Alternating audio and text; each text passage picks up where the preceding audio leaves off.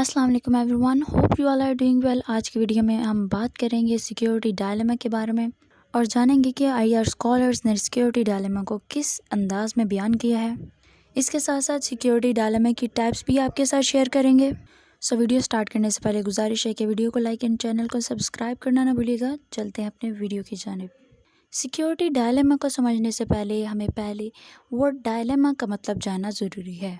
Dilemma का मतलब है कि कोई ऐसी डिफ़िकल्ट सिचुएशन हो जिसमें आपके पास दो या दो से ज़्यादा ऑप्शन हो, जिसमें से आपको सिर्फ एक ऑप्शन सेलेक्ट करना हो। मैक्सिमम डायलेमा की सिचुएशन में दो ऑप्शन होते हैं जिसमें से आपको एक ऑप्शन सेलेक्ट करना होता है या एक ऑप्शन चूज़ करना होता है। लेकिन ये सिलेक्शन बहुत डिफ़िकल्ट होती है और इसमें आपको अनडिज़ायरेबल सिचुएशन का सामना करना पड़ता है। इसका मतलब ये है कि जो ऑप्शन आपने सेलेक्ट किया होता है, इसके भी चांसेस कम होते हैं कि वो ऑप्शन आपको फ़ायदा देगा। मतलब दोनों चॉइसेस को सिलेक्ट करने में कहीं ना कहीं कोई रिस्क ज़रूर होता है। इसीलिए इस सिचुएशन को एक डायलेमा बोला जाता है। मीन्स अ डिफ़िकल्ट सिचुएशन और प्रॉब्लम। अगर हम इंटरनेशनल लेवल पे डायलेमा की बात करें तो इससे मुराद है एक ऐसी सिचुएशन जिसमें एक स्टेट कोई ऐसा काम करे जो दूसरे स्टेट को एक फौरी एक्शन लेने पे मजबूर करे, और इस फौरी एक्शन के लिए उस स्टेट के पास दो या दो से ज़्यादा चॉइसेस हों, लेकिन हर चॉइस को सिलेक्ट करना बहुत मुश्किल हो। इसको बोलते हैं डायलेमा। अब हम जानते हैं वर्ड सिक्योरिटी डायलेमा के बारे में कि वर्ड सिक्योरिटी डायलेमा क्या होता है। तो सिक्योरिटी डायलेमा एक ऐसी सिचुएशन है जिसमें एक स्टेट अपनी सिक्योरिटी को इंक्रीज़ करती है, जो दूसरी स्टेट को एक ख़तरा लाक करती है कि कहीं वो अपनी ये जो सिक्योरिटी इंक्रीज़ कर रही है या ज़्यादा से ज़्यादा अपनी मिलिट्री पावर इंक्रीज़ कर रही है, तो कहीं ये स्टेट अपनी पावर हमारे अगेंस्ट यूज़ ना कर ले।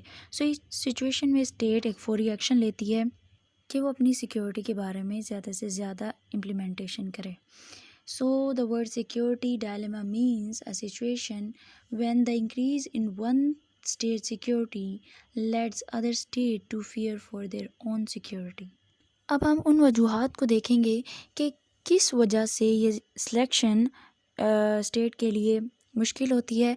सो जो स्टेट इस डायलेमा में होती है उसके पास दो ऑप्शन होते हैं। फर्स्ट कि वो अपनी इन्वेस्टमेंट ना करे डिफेंस में, मीन्स दूसरी स्टेट के अगेंस्ट अपनी स्टेट की सिक्योरिटी को इंक्रीज़ ना करे, ना मिलिट्री एक्सपेंडिचर ज़्यादा करे। लेकिन इस सूरत में एक रिस्क होता है कि कहीं दूसरी स्टेट इस स्टेट पे अटैक ना कर दे। सो अगर स्टेट दूसरी स्टेट के अगेंस्ट एक्शन नहीं लेती, फिर भी उसको ख़तरे का सामना करना होता है। और दूसरी सिचुएशन ये है कि अगर स्टेट अपनी इंक्रीज़ करे और इन्वेस्ट करे अपने डिफेंस में और अपनी सिक्योरिटी को इंक्रीज़ करे, अपनी मिलिट्री एक्सपेंडिचर ज़्यादा करे, लेकिन इस सिचुएशन में भी यह ख़तरा होता है कि कहीं जो हमारा ओपोनेंट स्टेट है या मुखालिफ स्टेट है वो भी हमारे देखा देखी अपनी पावर को इंक्रीज़ ना करता जाए। और इस सूरत हाल में दोनों स्टेट के दरमियान एक रेस स्टार्ट हो जाती है जिसको पावर की रेस कहते हैं, जो कि एंड पे एक वॉर की वजह बनती है। सो देखा जाए तो दोनों चॉइसेस को सिलेक्ट करना मुश्किल है और ये एंड पे किसी न किसी तरह ख़तरे का बाइस बनती है और एक इनसिक्योरिटी की सिचुएशन कायम करती है। बास स्कॉलर ने इसके बारे में एक अजम्पशन प्रोवाइड की है कि क्योंकि स्टेट्स पावर सीकिंग होती है, मतलब अपनी पावर को ज़्यादा से ज़्यादा इंक्रीज़ करना चाहती है, और मोस्टली आइसोलेट होती है, मतलब ज़्यादा कनेक्शन नहीं होता दूसरी स्टेट के साथ उनका। सो इस सूरत में वो दूसरे स्टेट के बारे में नहीं सही से जानती, मतलब उनकी इंटेंशंस को नहीं जानती कि अगली स्टेट हमारे ख़िलाफ़ क्या एक्शन ले सकती है। सो ये वो सूरत हाल होती हैं जिसमें स्टेट्स के लिए सिक्योरिटी डायलेमा में रहते हुए कोई भी डिसीजन लेना बहुत मुश्किल होता है। अब हम जानते हैं कि इसकी टाइप्स क्या हैं। जैक स्नाइडर ने इसकी टाइप्स बयान की हैं और इसे 3 हिस्सों में डिवाइड किया है। फर्स्ट है जी स्ट्रक्चरल सिक्योरिटी डायलेमा। स्ट्रक्चर की जहाँ बात की जाए, इसका मतलब होता है इंटरनेशनल लेवल का स्ट्रक्चर। मींस ये इंटरनेशनल लेवल में अनार्किक है वर्ड। मींस इसकी सेंट्रल गवर्नमेंट नहीं है जिसकी वजह से स्टेट जो मर्ज़ी चाहे वो करती हैं। इसी वजह से अगर एक स्टेट अपनी पावर को इंक्रीज़ करती है तो वो दूसरी स्टेट के लिए डायलेमा पैदा करती है। सो ये सिक्योरिटी डायलेमा स्ट्रक्चर बेस होता है। Means due to anarchic situation of international level. Perceptual security dilemma second type है, जिसमें हम जानते हैं जी ये सिक्योरिटी डायलेमा बेस्ड करता है स्टेट पे और उसके स्टेट के लीडर्स की परसेप्शन पे। मींस एक स्टेट और स्टेट के लीडर्स दूसरी स्टेट के और स्टेट के लीडर्स के बारे में क्या सोच रखते हैं। आसान लफ्ज़ों में अगर इस बात को समझा जाए तो इसका मतलब है कि अगर एक स्टेट या स्टेट के लीडर्स के साथ आपके हिस्ट्री में अच्छे रिलेशंस रहे हैं तो इस स्टेट का मिलिट्री तौर पर पावरफुल बनना या अपनी सिक्योरिटी पे ज़्यादा इन्वेस्ट करना आपके लिए ख़तरा नहीं ला करता। लेकिन अगर आपके उस स्टेट के साथ हिस्ट्री में कोई कॉन्फ्लिक्ट्स रहे हैं या वॉर रही है या अच्छे रिलेशंस नहीं रहे तो ऐसी स्टेट का पावरफुल होना या अपनी मिलिट्री को ज़्यादा एक्सपेंड करना या अपनी सिक्योरिटी में ज़्यादा इन्वेस्टमेंट करना आपके लिए ख़तरा लायक कर सकता है। सो ये सिक्योरिटी डायलेमा परसेप्चुअल होता है। Means it depends on the perceptions of states और स्टेट लीडर्स। ये उनकी सोच पे डिपेंड करता है। थर्ड है जी इम्पीरियलिस्ट सिक्योरिटी डायलेमा। इम्पीरियलिस्ट का मतलब होता है कि ऐसी स्टेट जो अपनी पावर को इंक्रीज़ करने के लिए दूसरी स्टेट की पावर्स को डिक्रीज़ करे या उस स्टेट को ऑक्यूपाई करे, मतलब उस पर कब्ज़ा कर ले। सो अगर ऐसी ऑफेंसिव बिहेवियर रखने वाली स्टेट अगर मिलिट्री तौर पर पावरफुल बनती है या अपनी सिक्योरिटी पे ज़्यादा इन्वेस्ट करती है तो ये दूसरी स्टेट्स के लिए एक डायलेमा पैदा करता है और इस सिक्योरिटी डायलेमा को हम इम्पीरियलिस्ट सिक्योरिटी डायलेमा कहते हैं। ये थी 3 टाइप्स सिक्योरिटी डायलेमा की। अब हम देखते हैं कि इंटरनेशनल रिलेशंस के स्कॉलर्स इसको कैसे एक्सप्लेन करते हैं।